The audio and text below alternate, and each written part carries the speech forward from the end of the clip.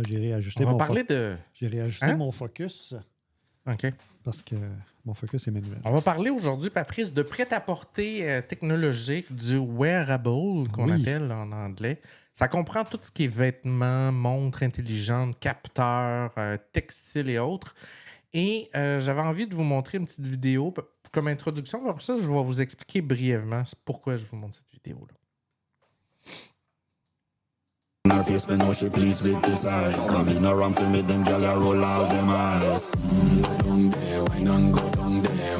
Go down there, why not go down there? Go down there, why not go down there? Go down there. Wine for your good makes sweat a drip off of me body, yeah. Oh, you're full of chatter, you can't keep up with me energy. What a Alors, comme je l'ai déjà mentionné, j'ai un diplôme en design de mode, j'ai étudié dans le domaine et souvent les gens, quand ils regardent, j'en ai parlé brièvement l'autre fois, quand les gens regardent une vidéo d'un défilé de mode, ils comprennent pas les robes qui sont complètement déglinguées avec une idée de « mais voyons donc à quoi ça sert, il n'y a jamais personne qui va porter ça ». Ben, vous avez tout à fait raison, ça n'a pas été développé pantoute pour être porté, ça a été développé pour explorer des nouveaux concepts, tout simplement. Et sachez que le monde du design de mode, de la fashion, est un moteur de développement pour un paquet d'applications d'intelligence, d'objets intelligents connectés. Autant dans l'armée que dans plein d'autres domaines, ils se servent de leur recherche, souvent parce qu'ils vont pousser l'innovation dans la création de nouveaux textiles, de nouvelles matières, de nouvelles façons d'apprêter la matière, qui, parfois, ça peut être aussi niaiseux qu'une façon de tisser des fils métalliques qui n'existait pas auparavant et que quelqu'un en design de mode a trouvé une méthode révolutionnaire et s'est racheté par l'armée, éventuellement s'est intégré dans un vêtement de combat. Et dernièrement, on va voir dans des vidéos tantôt, on a des choses vraiment, vraiment très, très intéressantes à ce niveau-là. De la rame prête à porter. Ça, c'est un exemple de ce que je veux vous parler ce soir. C'est une mise en bouche de ce qu'on va voir. Fashion has always been about trying new things and being really creative. But now, thanks to technology, there's a big change happening in fashion called smart fabrics. These special fabrics can totally change how we use our clothes. They make our clothes not just stylish but also super practical and connected. Join us at Superstructures as we jump into the exciting world of smart fabrics. It's not just fashion we're talking about. It's fashion with a brain. Enter the era of smart fabrics, also known as e-textiles or electronic textiles, fabrics that team up with technology for added features. These fabrics combine regular textiles with electronic parts, letting clothes sense, react, and adjust to the surroundings or the person wearing them. This fusion of tech and fabric is like a treasure trove for the fashion world. Designers can now craft outfits that do more than just look good. They bring a whole new level of practicality and interaction.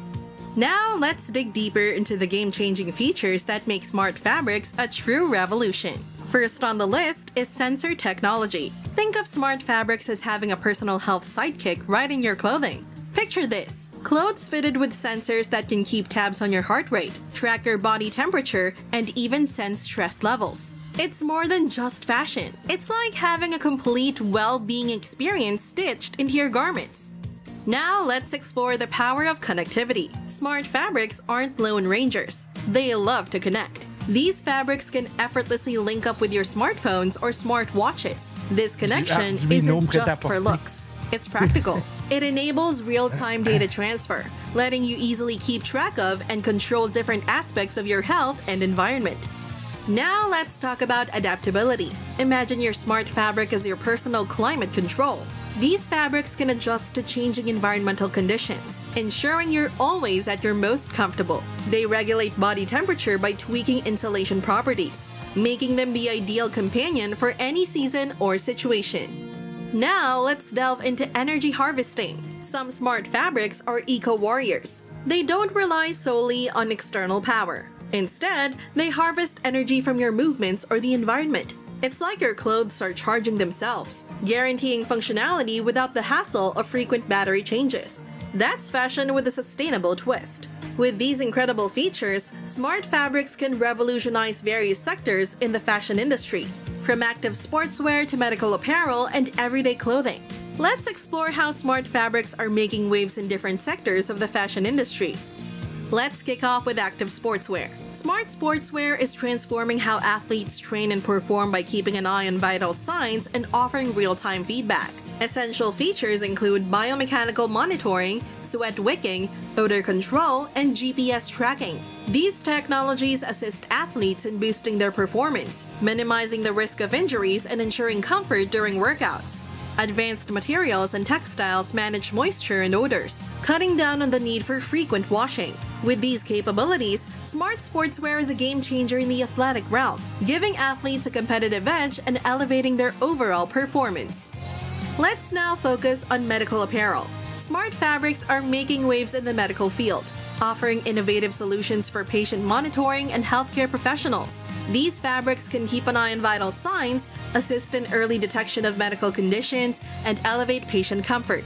Key features encompass remote patient monitoring, smart bandages with sensors and drug delivery systems, and temperature control for patients with conditions such as fever or hypothermia.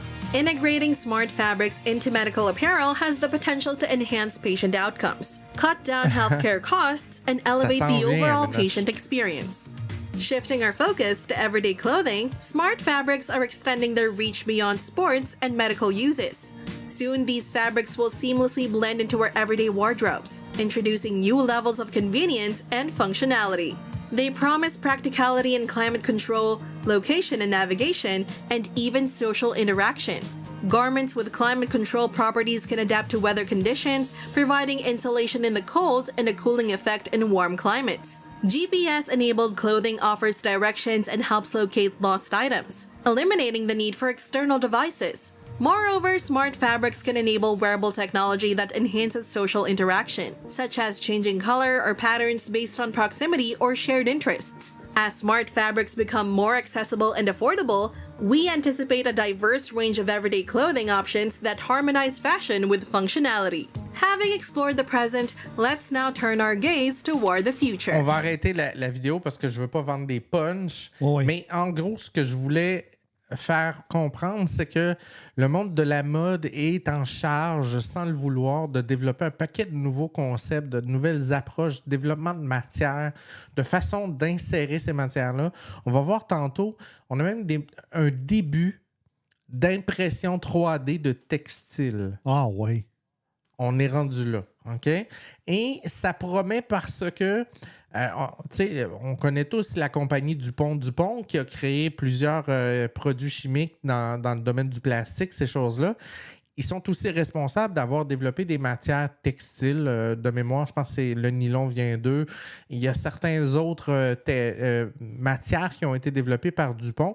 Et il y a des textiles qui ont été développés avec ce qu'on appelle des fils creux, dans lequel c'est fait pour garder ton corps frais, ces choses-là. Et là, on commence à aller à un autre niveau dans le développement des vêtements intelligents, c'est-à-dire qu'on développe des matières qui peuvent, à l'intérieur du fil, à l'intérieur du vêtement, on peut soit insérer de l'électronique, des composantes pour communiquer, des composantes pour prendre des capteurs, mais on peut aussi intégrer à l'intérieur un début de muscle, donc des textiles qui peuvent bouger, se reprogrammer, changer de grandeur, de forme.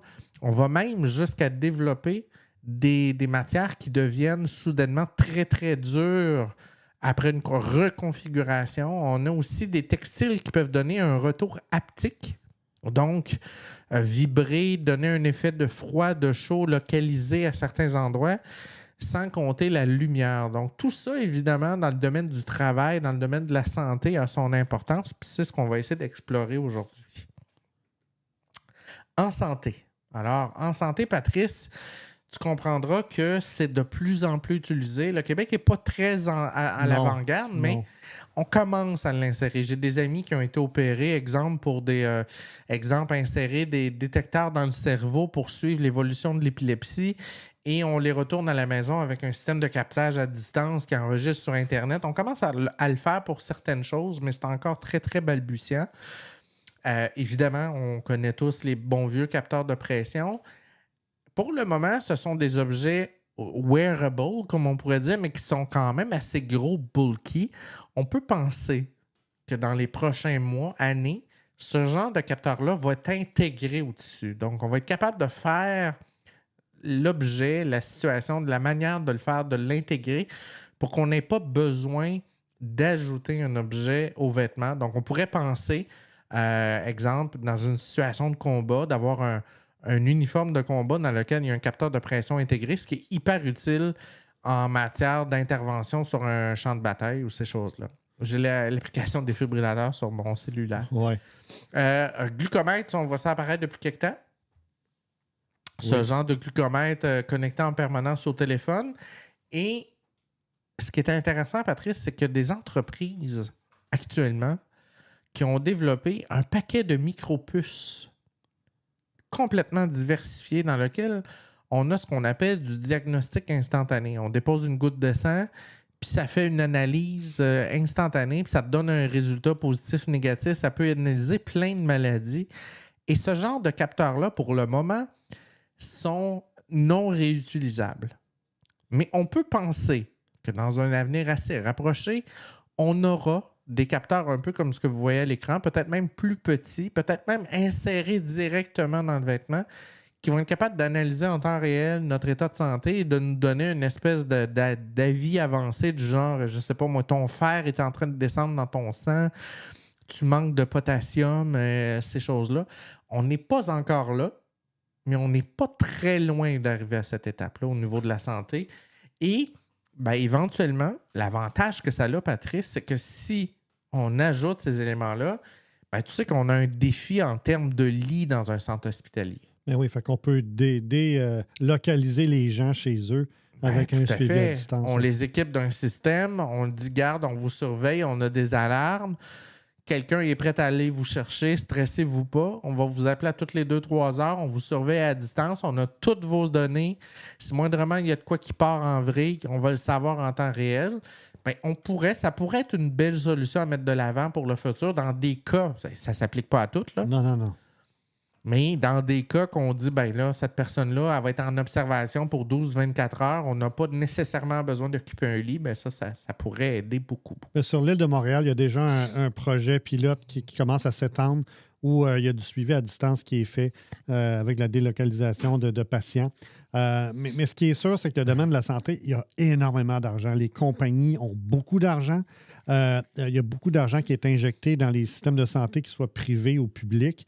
Donc, il y a quelque chose à faire là pour optimiser, pour amener ça à un autre niveau puis permettre qu'on vive plus vieux, qu'on vive mieux. Tu vois, ça, c'est ce que j'aimerais entendre de mon ministre de la Santé. Oui. Mais c'est des grosses machines. Hein? Puis tu sais, souvent, où ce que ça achoppe, là, c'est les... Il n'y a pas assez de gens en technologie. On a besoin de plus de chercheurs, on a besoin de plus de techniciens et on n'en a pas. Donc, tu sais, juste des gestionnaires, ça ne fait pas le travail. Là. Non, exact.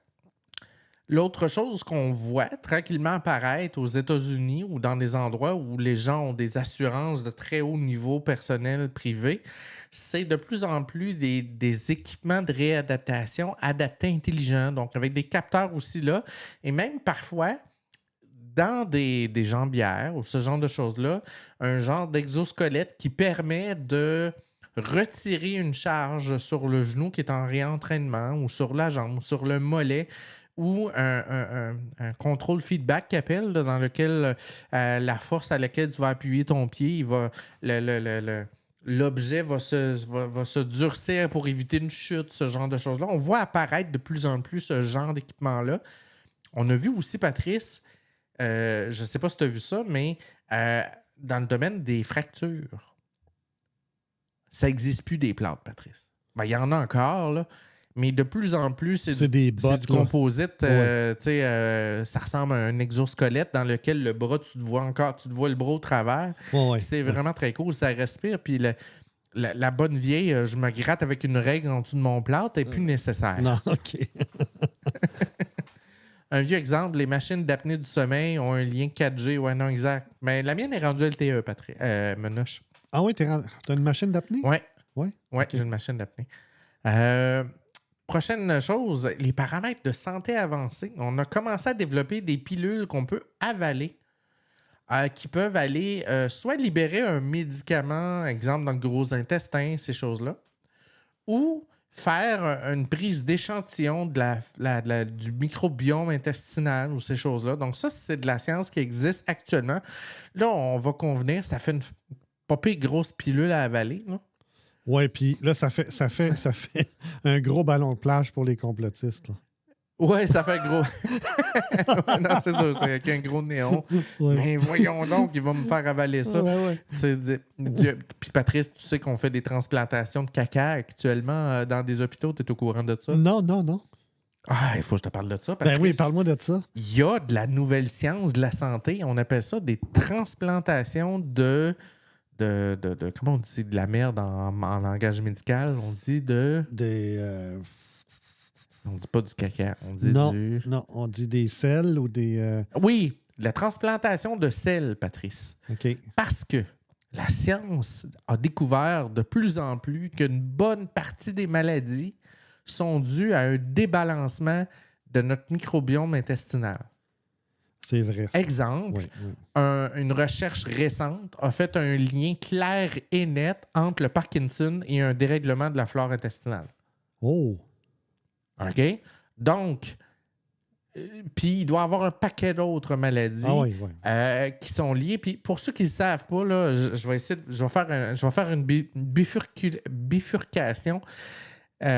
Les gens pensent que les neurones sont que dans le cerveau, mais en réalité, on a un autre cerveau qui se rend jusque dans nos intestins. Donc, on a une prolongation du cerveau. On a des neurones tout le long de notre nerf vague jusque dans les intestins, dans l'estomac. Donc, on a... Puis je ne parle pas de nerfs, là, je parle de neurones. Donc, on a des neurones en dehors du cerveau. Et les recherches pensent que certains microbes pourraient affecter ces neurones-là qui sont présents autour de l'intestin et que par à coup vont développer des maladies auto-immunes qui vont, exemple, l'Alzheimer, le Parkinson, ces choses-là. Donc, la flore intestinale est bien gros observée actuellement parce qu'elle serait responsable d'un paquet de choses. Et on s'est rendu compte, Patrice, que quand on a des gens en parfaite santé, on leur envoie une pilule de même, on check si leur caca est beau. Et si tu as un caca parfait, Patrice, le caca de compétition, là, bactéries A1, bacillum, lectus, whatever, t'es as toutes. Là. Tu coches toutes les cases, toi, t'es wow, équilibre parfait. On prend ton caca, on le congèle, on le met dans une petite pilule, puis on va traiter quelqu'un que sa flore est en train de chier. Excusez-moi de faire un mauvais jeu de mots. Et là, tu te prends une pile. Ça va-tu, Patrice? Ouais, je me trop suis d'imagination.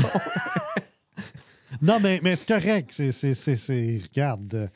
Puis là, on se rend compte qu'on guérit des gens qui ont de la difficulté à se remettre d'un paquet de situations en faisant ce qu'on appelle une transplantation de selles. Tu iras lire là-dessus. C'est de la nouvelle science hyper à date. Là. Je vous dis ça, 2-3 ans, ça fait la folie partout dans le monde. Fait que si un médecin, un jour, vous regarde dans le blanc des yeux avec le plus grand sérieux du monde puis il vous dit « Je pense que tu serais dû pour faire une transplantation de selles », il est pas fou, là.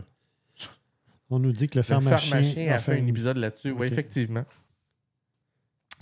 Dans le travail, Patrice. Oui. Évidemment, on voit se multiplier les casques de réalité virtuelle dans le domaine du design surtout, tranquillement pas vite dans le domaine industriel, donc l'ajout de lunettes de visualisation qui peuvent ajouter un élément dans un contexte même parfois dehors, donc dans un environnement de travail pour visualiser des informations sur le sol, ces choses-là.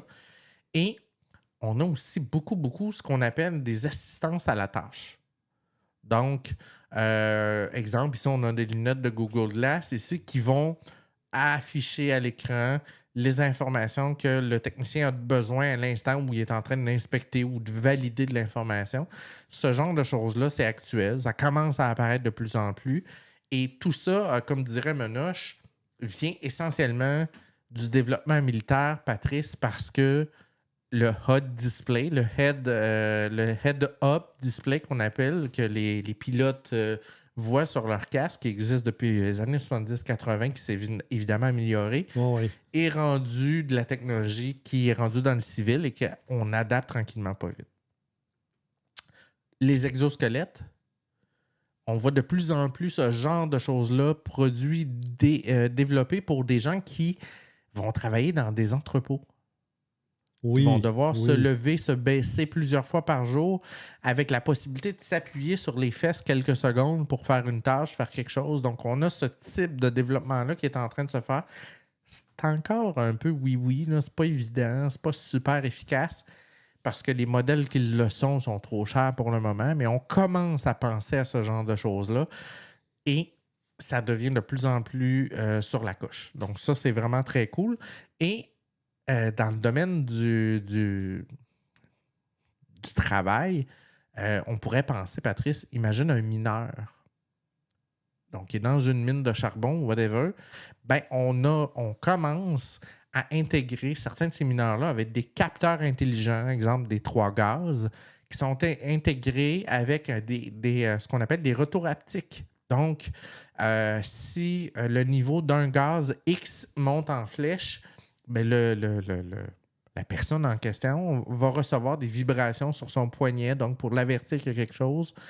Il commence à avoir aussi ce qu'on appelle des capteurs de surveillance à distance. Donc, le gestionnaire qui gère ces gars dans la mine, ben, il sait leur battement cardiaque en temps réel. Est-ce qu'ils vont bien? Est-ce qu'il manque d'oxygène? Est-ce que tout d'un coup, il y a un énervement? Est-ce qu'il y a beaucoup de gars qui se déplacent d'un côté? Puis tout ça va amener une sécurité supplémentaire dans des endroits où parfois tu ne peux pas avoir de sécurité parce que tu n'as pas d'informations. Donc, c'est des capteurs qu'on commence à intégrer dans les vêtements. Mais pour le moment, le problème, Patrice, c'est que ces capteurs-là doivent être souvent directement sur la peau. Oui. Des irritations. Puis... C'est des irritants. Les gens n'aiment pas les mettre, ces choses-là. Donc, on n'est pas encore rendu là. Mais la miniaturisation, pardonnez-moi, j'ai de la misère ce soir. La miniaturisation. Hey, mon Dieu, je suis en train de te faire un AVC live. Ben oui. Ah, mais tu vois, toi, avec? Moi aussi, oui. Il faudrait des cours de diction. Miniaturisation. On doit avoir un nombre qui vient de l'espace qui nous empêche de le prononcer. Miniaturisation, on l'a réussi. Merci. Bravo. Alors, ça va s'améliorer. Dans l'armée, Patrice, ça, c'est vraiment ça coche. Oui, hein? Okay. Il y a du stock. On va voir une petite vidéo qui a été produite par l'armée américaine qui nous montre un peu... Là, il faut regarder, il y a du monde qui vont chialer, de dire « Ouais, mais ça a l'air d'un jeu vidéo. » C'est un développeur de jeux vidéo qui a fait la vidéo. Mais c'est pas parce que ça a l'air d'un jeu vidéo que c'est con.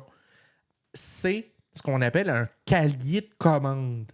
Donc, c'est un peu ce que l'armée espère dans les prochaines années se rendre et donc elle présente ça un peu comme une demande face aux entreprises qui sont dans le domaine en disant mais voici où ce qu'on veut s'en venir. Puis c'est souvent ce qui réveille les entreprises à dire ben moi je pourrais te faire ça. Le jouet chinois aussi doit être en contact avec la peau idéalement. Ben oui, effectivement. Oui, Manoche. Alors, voici ce que ça donne. OK, donc ça, c'est la vidéo d'explication au départ. When the bullets are flying around you, you have to make a choice. Some casualties don't need immediate attention. Some are beyond saving. But even the serious injuries can be saved. You can stabilize them and get them to a field hospital quickly enough.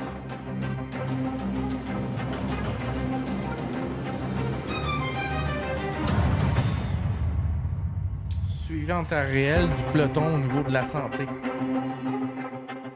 We put together a system of sensors that monitor soldiers' heartbeat, breath rate, and some other parameters. The result is people making decisions. C'est quelque chose qu'on voit chez les astronautes, là. Oui. Faster, and it helps also the medic to locate the soldiers. If you have a mass casualty and the soldiers are not in one place, the medic will know which direction to run, basically. The next step is we need to make the sensors smaller so that we can fit it under the ballistic protection.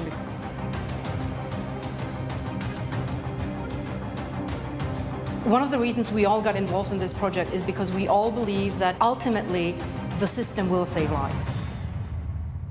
Hey, c'est fou, hein? gros avantage parce que là, c'est un chef de peloton, un capitaine. Il est capable de suivre son peloton en temps réel puis de savoir, ben, j'ai 2 blessés.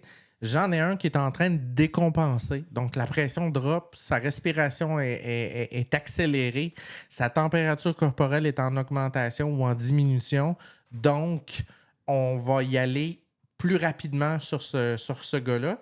Et c'est hyper important dans des notions de triage, Patrice. Oui, où tu vas en premier. Je ne sais pas si tu as déjà entendu parler de triage au Québec. Oui, dans les hôpitaux. Hein. Dans les hôpitaux, mais il existe du triage pour les ambulanciers. Ça, tu n'as pas entendu parler de ça. Oui, bien c'est ça. Ils ont des codes qui disent... Ils ont des codes de couleurs. Ouais, ouais. Moi, j'ai été formé ce qu'on appelle premier répondant à l'époque. Oui, oui. Puis, on a 4 couleurs. On a le noir, le rouge, le jaune, puis le blanc de mémoire. OK? Ça se peut que je me trompe. Dans les opérations de radioamateur, nous utilisons TAC, qui est développé par l'américaine synchronisant nos montres. Et avec l'application, on peut voir les données corporelles en direct. Ouais, c'est très cool. Ouais. Et Patrice, c'est pas compliqué. Noir.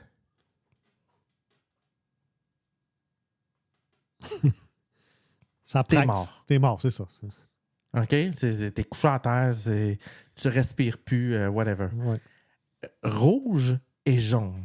Comment on détermine le rouge et le jaune, Patrice? T'es devant une foule, il y a plein de monde de blessés. OK? Tu cries bien fort. Allez-vous-en là-bas! Ceux qui se sont rendus, ils sont jaunes. C'est ça. Ceux qui restent là sont rouges. C'est bon? Oh, ouais. Tu t'es rendu là-bas, t'es jaune. Ceux qui se sont pas rendus, ils sont rouges. Ouais. Puis dans les rouges, tu t'occupes pas de ceux qui crient. Non, parce qu'eux autres, tu dis, ils peuvent toffer, là.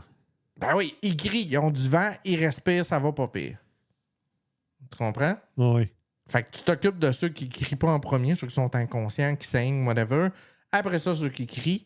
Si te reste bien du temps, tu t'en vas dans la gang de jaunes qui sont en train de se lamenter parce qu'ils ont le genou qui sort à travers la cuisse. Puis les blancs, c'est ben là, tu sais, va broyer à ta mère, là. Fait que c'est le système de triage. Et dans l'armée, lors d'une guerre, ben, ce système-là se fait avec un médic qui va courir les victimes sur le champ de bataille. Mais d'avoir ces informations-là en temps réel, il n'y a pas besoin d'aller sur le champ de bataille, courir les victimes, faire son évaluation. Il y a déjà des données en temps réel, puis il est capable d'organiser son chemin pour aller récupérer qui doit-il aller récupérer en premier. Donc, pour au niveau de la tactique, c'est vraiment plus efficace. Ça augmente l'efficacité. Puis ça diminue la prise de risque aussi énormément en termes d'intervention. Moi, j'ai le cob violet à pois. Vert que faire. Ben, moi, ce que je suggère, Menoche, c'est il y a des jouets en Chine pour ça. Ça se traite avec les jouets en Chine. Oui, c'est ça. La dite vidéo de l'armée, Patrice.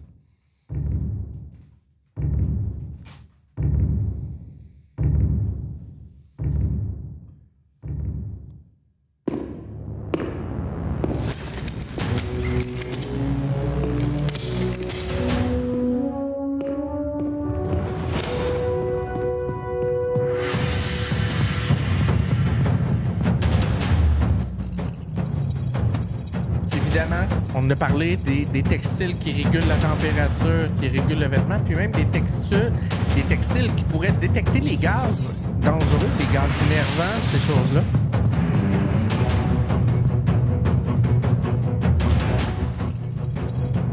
Il y a une veste microclimat, ça c'est évidemment. Qui est capable de s'adapter s'il fait trop chaud, trop froid, ou whatever. Oh, ouais. Exosquelette.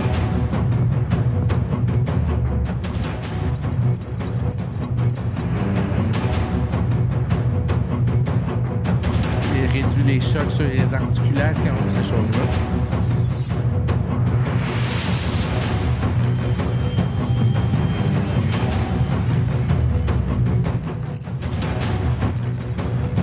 En communication en temps réel, head-up display dans le casque, qui est capable de voir ce que le drone voit, ce que l'hélicoptère voit, name it.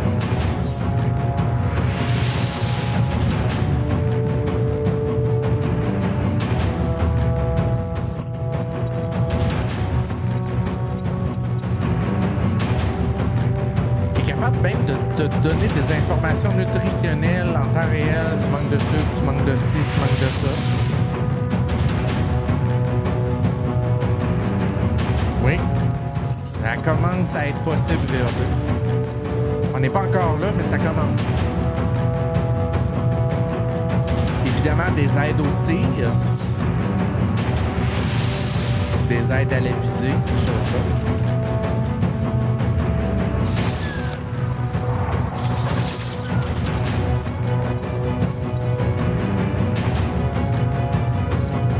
De détection de choc avancé qui est capable de déterminer le nombre de jets reçus par un impact et les potentiels traumas reliés.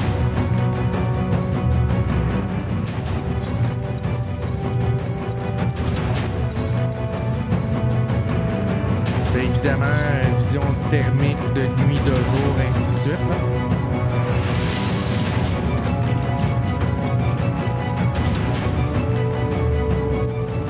Batterie. S'entend.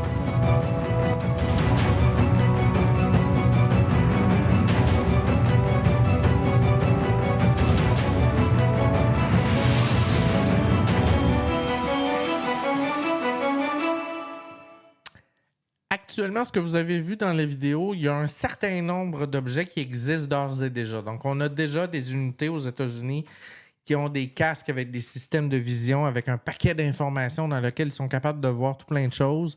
La plupart des soldats, pas tous les groupes d'intervention, mais ils ont des tablettes sur le bras, sur la cuisse, ces choses-là, pour être capables de communiquer. Ils ont des systèmes pour vérifier la tension artérielle, pas la tension artérielle, mais les pulsations cardiaques, ces choses-là, des systèmes de vision de nuit, vision infrarouge, ces choses-là. On commence à en avoir. La communication intracrânienne. On voit beaucoup d'équipements comme ça, donc le système ne communique pas par les oreilles, mais à travers l'os derrière l'oreille. Des systèmes de communication, ça fait longtemps qu'on a ça, mais tu sais que tu peux parler très, très, très bas puis qu'on te comprend. Donc, on a plusieurs éléments, mais on n'est pas encore rendu vers le soldat total. On approche. Ce qui manque, Patrice, c'est vraiment la miniaturisation des éléments pour pouvoir les intégrer directement dans l'uniforme, ce qui, pour le moment, est encore un peu trop compliqué parce que souvent, les doubles couches qu'on utilise, ils sont pas là en extra, puis on n'a pas tant d'espace de disponible en dessous des vêtements pour pouvoir mettre d'autres choses, donc ça rend ça un peu compliqué pour l'instant, mais ça s'en vient. Le Gore-Tex, c'est ce que j'utilise encore en ski. Ça permet de réguler la température, l'humidité. Ça vient directement des combinaisons utilisées par les astronautes, effectivement. Oui. Petite notion importante à savoir dans le domaine des tissus. Les deux seuls tissus actuellement qui peuvent vous garder au chaud, même mouillé, là, c'est les matières réelles, naturelles, comme la laine. Oui. Donc, de la vraie laine à 100%, là, c'est très cher à acheter, mais vous l'immergez complètement dans l'eau et elle va être capable de vous garder au chaud pareil. Oui, ce qui n'est pas le cas des autres matières. Il y a la compagnie Icebreaker qui fait d'excellents vêtements à base de laine là, qui ne sont pas donnés, mais qui sont de très haute qualité. Oui. Puis là, si tu rajoutes de la laine de mérinos là-dedans, ça... Ouais, en plus, oui, c'est ça. Puis pour ceux qui ne savent pas c'est quoi de la laine de mérinos, là, ça vient de moutons mérinos. Et ces moutons de mérinos-là ont un duvet sur le plastron en avant du mouton. Et c'est ce duvet-là qui est pris pour la laine. On ne parle pas du reste du dos, vraiment juste le duvet du devant qui est hyper doux, là. Fait que chaque mouton de mérinos fait comme une petite poignée d'une boule de laine et il ramasse ça dans un cheptel au complet. Et c'est ce qui sert à développer de la laine de mérinos. Donc, c'est pour ça que c'est très, très, très cher. Dans les forces de l'ordre, Patrice, on a vu apparaître les caméras. Ça, c'est de plus en plus fréquent. Et là, Samsung est en train de faire de plus en plus de contrats avec les services de police américains pour prêter des montres Samsung dans lesquelles on ajoute une surcouche aux policiers, dans lequel on peut avoir un centre d'information tactique qui pourrait, exemple, Patrice, tu arrives sur un lieu d'accident, tu demandes le nom de la personne, tu as ton micro qui enregistre, qui entend le nom de la personne, fait une recherche dans la base de données, et là, ta montre, de manière haptique, vibre, et tu as une espèce de X rouge sur ta montre qui dit « Armé et dangereux, fais attention ». Ce genre de choses-là est en train d'être intégré aux policiers, sans compter des capteurs de stress. Oui. Donc, pour être capable de détecter le niveau de stress de tes policiers dans une intervention ou une prise d'otage, ces choses-là, bien, un chef policier pourrait décider de dire je sais pas, moi, Roger, je vais te demander de reculer, de revenir à ta position arrière, puis je vais envoyer Marc prendre ta place parce que, je reçois une information comme quoi ton niveau de stress est trop élevé, ta respiration est trop rapide, puis Dieu sait que quand le stress augmente, les choix, les décisions sont altérées. Donc, ce genre d'informations-là, on commence à le voir apparaître. Armée et possède au jeu chinois. Ouais. On comprend pas. Les policiers, là. Fait qu'on voit ça. On voit de plus en plus de l'aide au tir. Donc, la possibilité d'être capable de mieux viser dans son arme. On voit aussi apparaître, Patrice, des armes intelligentes. OK? Ah oui. C'est disponible dans le civil. Moi, j'aurais pu m'acheter. Moi, j'ai un 9 mm. Moi, j'ai un permis d'arme à feu. Dans lequel la détente, la gâchette, a un lecteur d'empreintes digitales. Donc, c'est impossible de déclencher l'arme si l'arme ne t'a pas reconnu. OK. On va apparaître ça chez les policiers, ce qui est une sécurité de plus parce que, là, je dis c'est dans des objets portables. C'est un peu limite, mais ça commence à apparaître. Et c'est une sécurité pour eux parce que, si un suspect essaie de prendre l'arme, il ne pourra pas s'en servir. Ça, c'est quelque chose d'intéressant. C'est pas encore développé at large parce que ça réduit la vitesse à laquelle on peut s'en servir parce qu'il y a un petit délai pour reconnaître ton doigt. Ouais, c'est un peu ça. moins rapide. Oui. Il y a un risque, là. Donc, pour les pompiers, évidemment, on a tranquillement, pas vite, l'apparition des caméras de vision infrarouge pour être capable d'évaluer la chaleur dans un bâtiment, des détecteurs de 3 gaz, des capteurs collés sur le corps pour la même chose que les policiers, détecter la chaleur, la température, un système de positionnement basé sur le Bluetooth et autres technologies qui permet la recherche dans un bâtiment de quelqu'un qui serait tombé au combat. Donc, on peut aller le retrouver avec une puce. La possibilité d'avoir des retours haptiques directement dans la combinaison de façon à ce que, parce que pour ceux qui n'ont jamais vu des feux très intenses, c'est hyper bruyant, là. Les pompiers n'entendent presque rien. Non, c'est ça. Puis... OK? C'est pas pour rien qu'il y a des alarmes très, très fortes qu'on entend, des... C'est parce que c'est à peu près la seule manière de communiquer avec eux dans des situations du genre. Et donc, avec des systèmes haptiques, on pourrait ajouter des méthodes de communication de 2 vibrations, ça veut dire revient, 3.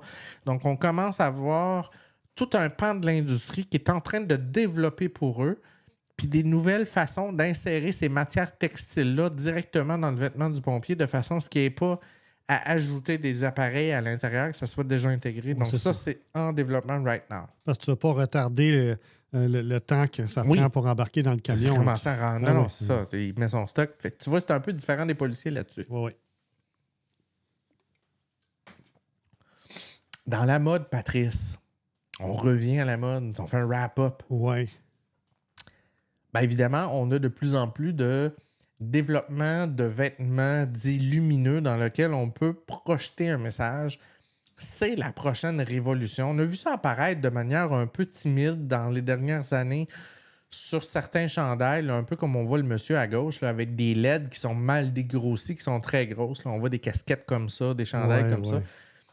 C'est pas très lavable. C'est pas très... Ça n'a pas de durée dans le temps. Ça a une grosse batterie, ces choses-là. On commence à s'affiner. Il y a des tissus qui commencent à apparaître, Patrice, qui sont vraiment excellents, puis c'est ce qu'on va voir. Introducing Project Primrose, a digital dress that brings fabric to life. Unlike traditional clothing, which is static, Primrose allows me to refresh my look in a moment. Wow.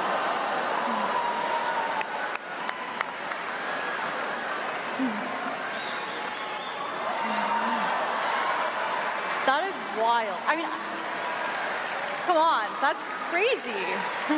It does have embedded sensors inside of it. I don't always have to press the button, and I would love to show you how that works.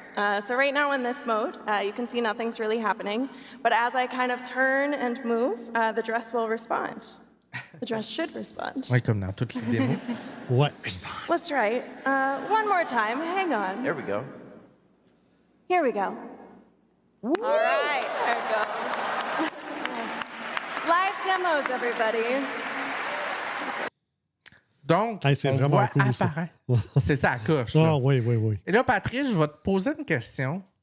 Tu es dans le développement militaire. À quoi pourrait servir dans le futur ce genre de capacité-là? Ben, le camouflage selon les environnements, hein, c'est ça. Et voilà. On voit depuis quelques années apparaître, tu sais, des systèmes de caméras que tu mets devant ton téléviseur avec un système de LED en arrière du téléviseur qui va projeter des couleurs en arrière de ton écran télé en fonction de la scène qui est en train de jouer à ta télé. Donc, on peut penser très facilement à un produit qui serait, pour l'instant, c'est pas le cas, mais qui serait développé sur un suit de camouflage que le soldat mettrait par-dessus lui avec un système de caméra intégré qui est capable d'analyser son environnement puis qui s'auto-ajusterait avec des teintes de vert, des teintes de jaune, des teintes de la couleur qui l'environne pour être capable de le camoufler. Donc ça, c'est quelque chose qui est très...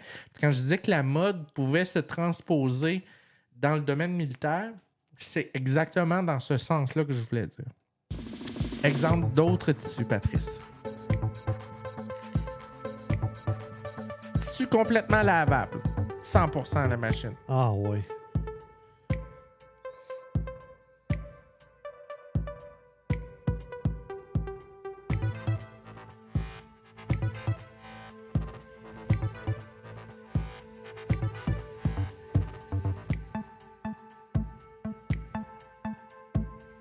Système de clavier intégré aux vêtements.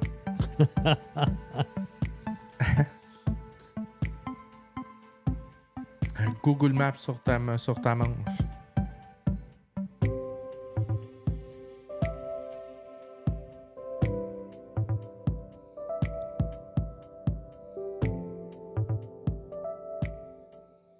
Donc, ça te donne une idée. Imagine, Patrice, il n'est pas con de s'imaginer dans un futur pas trop lointain d'avoir des vêtements dédiés au cyclisme. Ouais, mais là, c'est parce que ce que je pense, là, c'est tu vas te promener dans un festival, les gens vont avoir ça, ils vont devenir de la pub ambulante. Ça va être fou, là. Oui, au début, il va y avoir, comme dans tout, une espèce d'exagération pas d'allure. Ouais. Une orgie visuelle de ça n'a pas de sens. Non, c'est ça. Mais éventuellement, il va y avoir une personnalisation. Puis tu le vois, j'en ai déjà parlé, dans le domaine de la mode, les gens sont rendus à faire leur propre T-shirt avec leur propre message. Bien, éventuellement, il va y avoir ce genre de choses-là.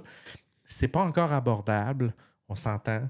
On n'est pas proche encore. Là. Moi, je te dis pas avant 10, 15, 20 ans, peut-être, avant qu'on voit ça de manière un peu plus complète. Mais on peut penser à, mettons, sur tes enfants, Patrice, leur manteau d'hiver, un système de lumière qui, quand ils reviennent le soir, ils ont des genres de réflecteurs intégrés directement dans leur manteau. Puis quand ça détecte une voiture, un éclairage, un phare au loin, le système s'illumine du derrière, puis ton enfant est visible. Ce genre de choses-là va probablement commencer par apparaître sous cet angle-là chez les cyclistes comme méthode de protection. Ouais. Puis éventuellement, on va le voir apparaître dans d'autres centres de tissu. Ça, c'est You can see the colors changing on the dress. Dans une robe.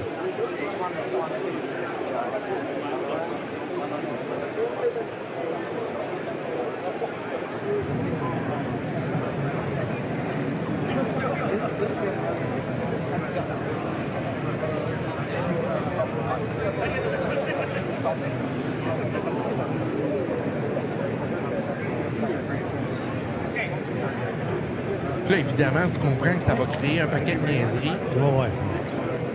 Genre, la madame qui est allée voler dans un dépanneur, elle avait une robe bleue. Oui. C'est sûr.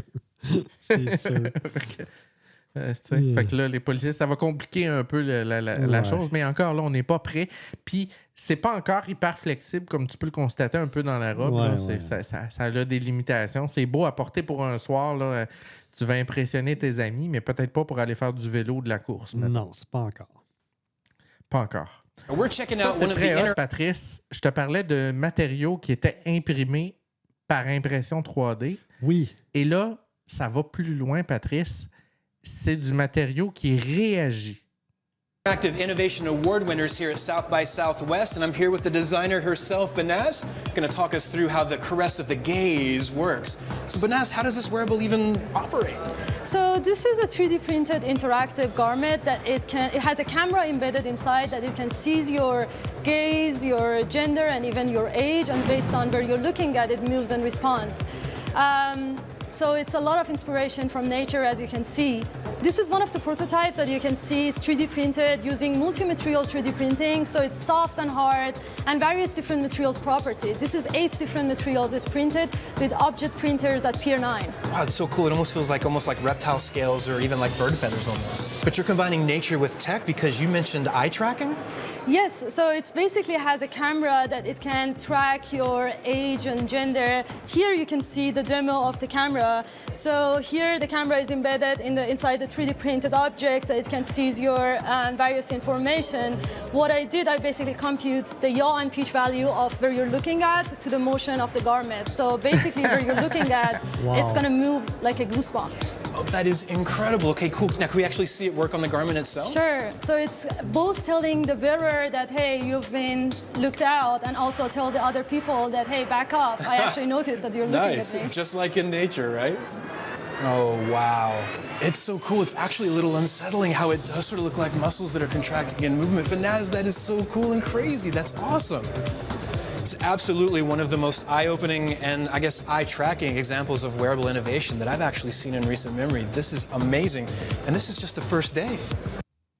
Fait que, tu sais, encore là, si on prend ça, qui est encore un peu mal dégrossi, qui est un peu pas... Tu sais, on est vraiment dans des développements très, très early version, et qu'on le pousse plus loin. On peut penser à des matières, un peu comme les animaux, qui vont garder ta chaleur quand les poils sont hérissés. Puis quand les poils sont couchés, ils vont t'offrir une protection contre l'eau, donc contre le froid. On peut penser à des vêtements qui vont s'auto-ajuster pour offrir une protection différente parce qu'on sait qu'au niveau de l'enchevêtrement de certaines matières, on peut rendre le vêtement respirant, on peut changer la forme, même offrir un certain niveau de protection. On peut désormais rendre un objet semi-rigide en faisant passer un courant électrique dedans avec une espèce de pâte. On est capable de rendre cet objet-là dur comme du plastique et offrir, exemple, quelqu'un qui tomberait d'une moto.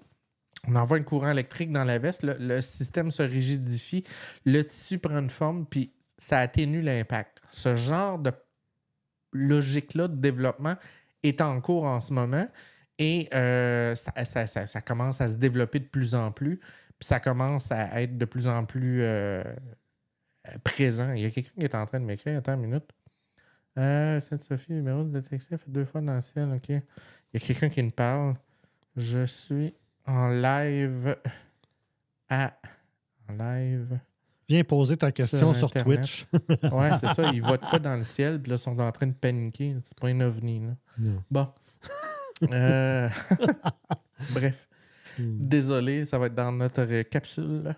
Alors, c'est ça. Alors, Patrice, voilà où je veux en venir. C'est mon wrap-up final. Ouais. Prends tout ce que je t'ai montré. Puis rajoute l'IA dans ça. Ouais. Ouais. Rajoute l'IA qui prend des décisions, qui s'interpose, qui prévoit l'avance des tendances au niveau de la santé, au niveau de la personne, au niveau de « Ah, ben, t'as d'habitude, quand tu cours, tu transpires beaucoup, donc toi, je vais t'envoyer telle affaire parce que tu préfères telle chose. » Et là, on peut penser à tout un nouveau monde complet de développement en termes de vêtements ou de wearables, donc d'équipements portés qui viennent ajouter une couche. Est-ce qu'on est en train de parler du transhumanisme? Je ne pense pas, parce qu'on n'est pas en train d'insérer ces technologies-là dans la personne, dans son corps, ces choses-là. Mais on se rapproche du corps. On commence à insérer de plus en plus d'outils technologiques pour aider la personne, la compléter, la surveiller, l'améliorer, à ajouter des fonctionnalités. Puis rajoute l'IA là-dessus, Patrice. Là, t'imagines-tu du Botox qui réagit? Imagine du Botox électronique déclenchable à distance. Tu t'en vas dans ton téléphone. Avec des jouets chinois, c'est ça. Là, tu n'as plus aucune expression. Tu as l'air de quelqu'un de bien sérieux. Tu n'as plus de plis d'en face. Tu arrives chez vous, tu mets ça à off. Parlant de Botox, là, je vais divaguer, mais j'ai été dans un superbe petit restaurant en fin de semaine et la personne qui nous servait avait des lèvres très, très pulpeuses au Botox. Et je ne voyais que ça. Moi, ça me répugne. Je ne voyais que ça. Dans la mesure où j'étais pas capable de regarder ailleurs, c'est comme... Puis ta blonde avait capoté. Non, mais dans ma tête, c'était comment tu fais pour avoir ça? C'est comme... J'avais l'impression d'être... Ben oui, j'avais l'impression d'être dans un film là, mal fait. Là. C'est comme tabarouette. Mais bon, c'est ça. Mais on peut pas tout comprendre. Le mystère, il est grand, le mystère de la mode, Patrice. Oui. Alors, c'était tout, Patrice, pour ma section Wearable. Je pense que toi, ton sujet, c'était sur le recyclage des matières textiles. Oui, bien, j'ai pris l'angle de comment, d'un point de vue écologique, comment d'un point de vue... On fait quoi avec ça? On fait quoi avec les vêtements en surplus, les vêtements qui sont usés? Est-ce qu'il y a moyen de récupérer ça? Bon, on sait déjà que dans certains des vêtements qu'on utilise, il y a du plastique qui a été inséré, qui est utilisé. Je te corrige, Patrice, presque dans 100% des vêtements, c'est en plastique, là. C'est ça. Donc, il y a très peu, à part les vêtements qui ont du coton ou du lin, sont hyper rares. La plupart des gens portent du polyester ou à peu près tous, là. Et il y a des défis au fait que c'est pas facile de recycler des choses qui ont déjà été recyclées ou qui sont en partie faites avec différents matériaux, ce qui est la majorité du cas. Donc, on va regarder 3 petits clips. Un qui provient de la Corée du Sud sur l'utilisation du plastique pour la fabrication de différents tissus. On va aller par la suite en Allemagne et finalement en France. Vous allez voir, c'est vraiment, vraiment cool comme vidéo. On va regarder ça ensemble.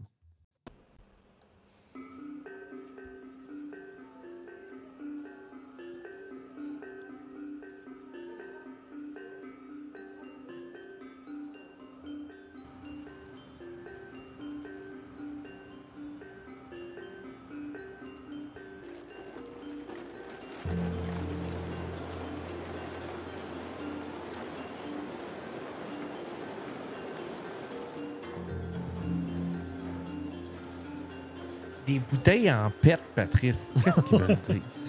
Probablement que c'est un produit pétrolier, là. Oui.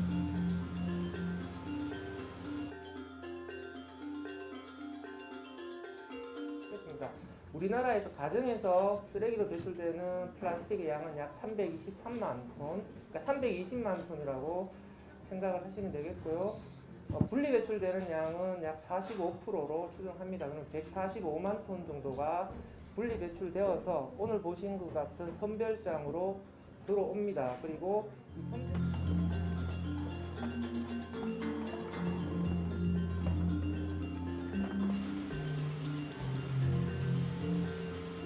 Évidemment, c'est trié selon les couleurs pour le plastique.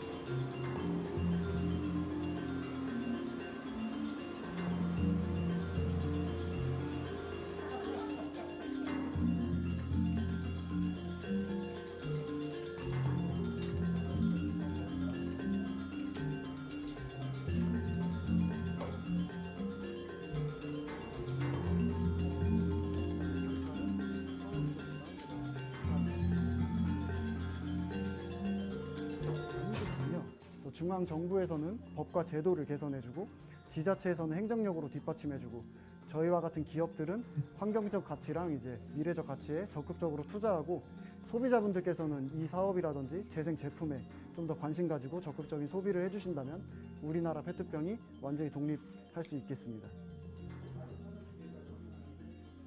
D'ailleurs, des études qui ont été faites cette semaine, paraît que notre cerveau est rempli de plastique. Oui, puis du plastique. Il y en a dans l'eau, il y en a dans tout, là, maintenant, même dans la viande qu'on mange. Donc là, on va s'en aller en Allemagne, je crois. Et regardez bien ça.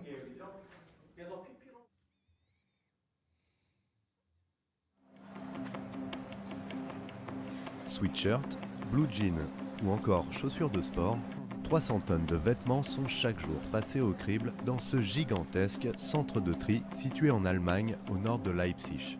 Toute la garde-robe subit une batterie d'examens avant d'être séparée en 2 grandes catégories. Les vêtements qui peuvent être revendus sur le marché de la seconde main, c'est à peu près 60% de la masse collectée, et le reste des habits trop usés pour être portés à nouveau qui seront recyclés en isolant ou en revêtement de terrain. Dans ces bacs qui partiront en recyclage, on trouve même des pulls en cachemire. Ces sacs sont pleins de pulls 100% cachemire. Ces vêtements sont une ressource de grande valeur et c'est facile à recycler mécaniquement. On arrive à récupérer les fibres textiles, on les mélange et on peut fabriquer un nouveau pull. La boucle est bouclée. Mais ce modèle ne marche qu'avec des vêtements sans mélange, composés exclusivement d'une seule matière. Les vêtements faits d'une seule fibre textile sont rares. La plupart du temps, ils sont composés de coton et de polyester. La difficulté, identifier précisément leur composition. L'un des freins au recyclage va être l'hétérogénéité des matières qu'on peut trouver dans tous les textiles qu'on va récupérer. On a plusieurs soucis. Le premier, c'est qu'on faisait à travers la lecture de l'étiquette. La majorité des vêtements usagés qu'on récupère n'ont plus d'étiquette parce qu'on a tous tendance à la couper. Et puis ensuite, l'information de l'étiquette n'est pas forcément fiable, où on peut avoir du 100% coton qui finalement, on se rend compte au fur et à mesure des analyses et des tests que ce n'est pas forcément le cas, qu'il y a peut-être 1% d'élastane ou d'une autre matière. Pour faire face à cette situation, l'entreprise a développé une machine de tri optique pilote capable d'identifier précisément les différentes matières textiles.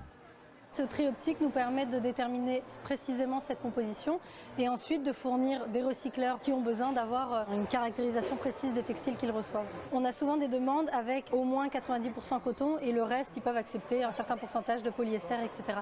Mais en tout cas, il faut qu'on puisse déterminer précisément ces pourcentages et ça, on ne peut pas le faire manuellement. Encore à l'essai aujourd'hui, l'objectif est d'industrialiser le procédé pour rentabiliser le recyclage des vêtements qui devraient arriver en masse dans les centres de tri dans les prochaines années. Il y a 2 facteurs. Et le facteur de la qualité. Si la qualité des mises en marché est moindre, des textiles, des chaussures est moindre, ça sera moins durable. Et ce sera plus facilement abîmé, on ne pourra pas le revendre. Et il y a une deuxième chose aussi, c'est que dans ce circuit, il n'arrive plus un gros volume qui aujourd'hui s'échange en plateforme, comme on les appelle, de C2C, donc consumer to consumer. Donc il y a tout ce volume en fait qui est revendu sur Vinted, Vestiaire Collectif, Le Bon Coin, et donc qui n'est plus dans le circuit. Ce qui fait que le volume du non réutilisable n'a que tendance à grossir. Autre raison d'anticiper l'arrivée de gros volumes de vêtements, en 2025, une directive européenne obligera l'ensemble des États membres à trier leurs textiles. Donc, c'était... Bonjour à tous. C'était l'exemple en Allemagne. Ce qui est vraiment cool, c'est qu'ils sont capables vraiment de détecter la composition des fibres à même un scanner sur un tapis roulant. Donc, on peut voir qu'ils essaient d'augmenter au maximum la capacité de détecter le contenu pour ainsi mieux trier, mieux à la limite revendre ou réutiliser les différentes matières. Là, on s'en va en France. Vous allez voir ça. Juste un petit instant, VR2 nous dit que ces équipes de sauvetage minier ont maintenant des head-up displays dans leur casque qui leur permet d'avoir l'information des gaz, réserves d'air, des équipes d'intervention et les caméras ne sont pas encore, par exemple. Donc, c'est tout relié à leur réseau LTE privé. Donc, très, très cool, très, très à jour dans les mines. Donc, c'est intéressant de savoir qu'on a ça au Québec. Ben oui. C'est pas encore au niveau des pompiers, ça s'en vient, mais c'est pas encore déployé à large. On a beaucoup de projets miniers qui sont sur la coche au Québec là, de ce côté-là. Là. Nous sommes aujourd'hui à Hendaye, dans le sud-ouest, pour l'inauguration du CETIA. Il s'agit d'une plateforme d'innovation dédiée au tri et au démantèlement d'articles textiles et cuir en fin de vie ou invendus. 1200 mètres carrés pour traiter des vêtements, des chaussures et autres produits divers. Une plateforme avec 3 types de machines. La première permet de trier très rapidement des textiles avec un vêtement par seconde.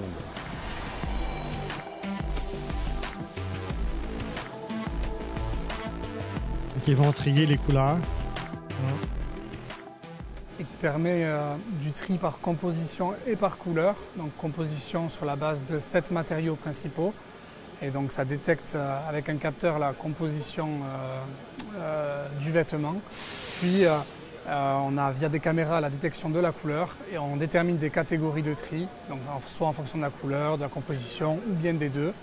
Et donc ça va dans notre cas dans 10 catégories de tri. Mais c'est une machine qui peut être un petit peu à la carte ou selon les implantations d'usine, ça peut aller de 2 à 50 par exemple catégories de tri. La deuxième machine permet de lisser les fibres. Cette machine, avec un système de gros rouleaux, elle vient arracher les boutons, les rivets, les zips de la partie textile. Cette machine, elle est déjà utilisée dans toute l'Europe, dans d'autres sites industriels. Et ça permet notamment d'aller faire de l'isolant maison ou de pouvoir, avec des vieux vêtements, faire de l'adjuvant pour faire du revêtement de sol. La particularité au niveau du CETIA, c'est qu'en amont de cette machine, on a celle qui permet de trier par composition et par couleur. Donc comme on va lui amener dans cette machine uniquement par exemple un mélange de textile 80% coton, 20% polyester, je vais maîtriser ce qui va en sortir. Et si je maîtrise ce qui va en sortir, je peux commencer à refaire un fil encore une fois maîtrisé. Enfin, la troisième machine doit permettre de trier et séparer les semelles des chaussures. Du coup, cette cellule, elle est surtout destinée principalement aux chaussures collées, donc avec un assemblage avec une colle qui va se réchauffer dans le four, donc elle va se réactiver. Et c'est ça qui va aider le robot à arracher en sortie d'étuve la semelle de la tige.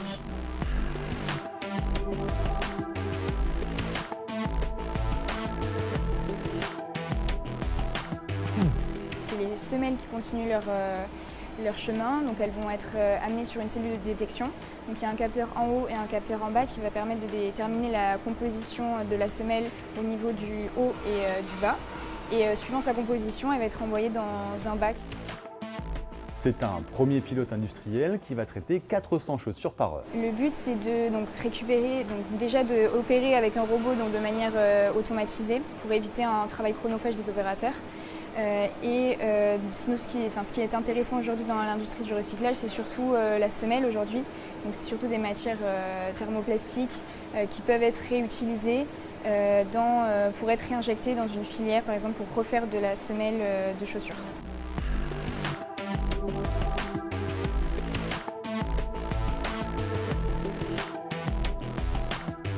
Les techniques vont continuer à être testées et améliorées. Reste aux industriels du secteur à aller dans cette voie en utilisant de la matière recyclée. Alors il y aura deux conditions industrielles majeures. La première, et nous y sommes très attachés chez Petit Bateau, c'est la qualité. Donc aujourd'hui, la fibre vierge a des qualités intrinsèques meilleures que les fibres recyclées. Donc il y a un gros travail pour réussir à atteindre ce niveau de qualité tout en gardant la finesse, par exemple, du fil de coton. Et le deuxième enjeu majeur, la deuxième condition majeure, c'est une condition financière. Comment demain la fibre recyclée est à minima au même prix qu'une fibre vierge, ce qui donnera intérêt à tout le monde d'utiliser massivement ce nouveau gisement de ressources. Nous, on est persuadés, avec tous les autres pays européens, que oui, on va pouvoir réintégrer de plus en plus. Et c'est dans cet esprit-là, par exemple, que Refashion a mis en place une éco-modulation qui est le fait de pouvoir reverser de l'argent, du financement aux marques qui intègrent dans leurs produits des fils recyclés qui viennent d'une collecte de vêtements français, qui ont été transformés en France et qui ont été tissés en France. En conclusion, le recyclage du textile et des chaussures en France ne pourra se développer qu'à condition d'avoir une matière recyclée de bonne qualité et un tarif compétitif. Si c'est le cas, une partie de la production industrielle à l'avenir pourra ainsi être relocalisée. On voit d'ailleurs, Patrice, apparaître chez Amazon depuis quelque temps la disparition des packages à bulles remplacés par des enveloppes de carton dans lesquelles on a une espèce de fibre à l'intérieur qui est probablement créée par ce genre de procédé-là. Donc, il y a moyen d'utiliser ces matières-là à différentes façons. En autant que les coûts sont compétitifs, bien évidemment, et surtout d'avoir une deuxième, troisième, quatrième vie là, au final et éviter de faire grossir nos sites d'enfouissement. Donc, c'était ma partie sur le recyclage avec les différentes technologies. Donc, c'est fun de voir que on va jusqu'à la détection des composants et être capable de faire du tri qui est plus intelligent, ou même au niveau du caoutchouc, donc, ou du thermoplastique.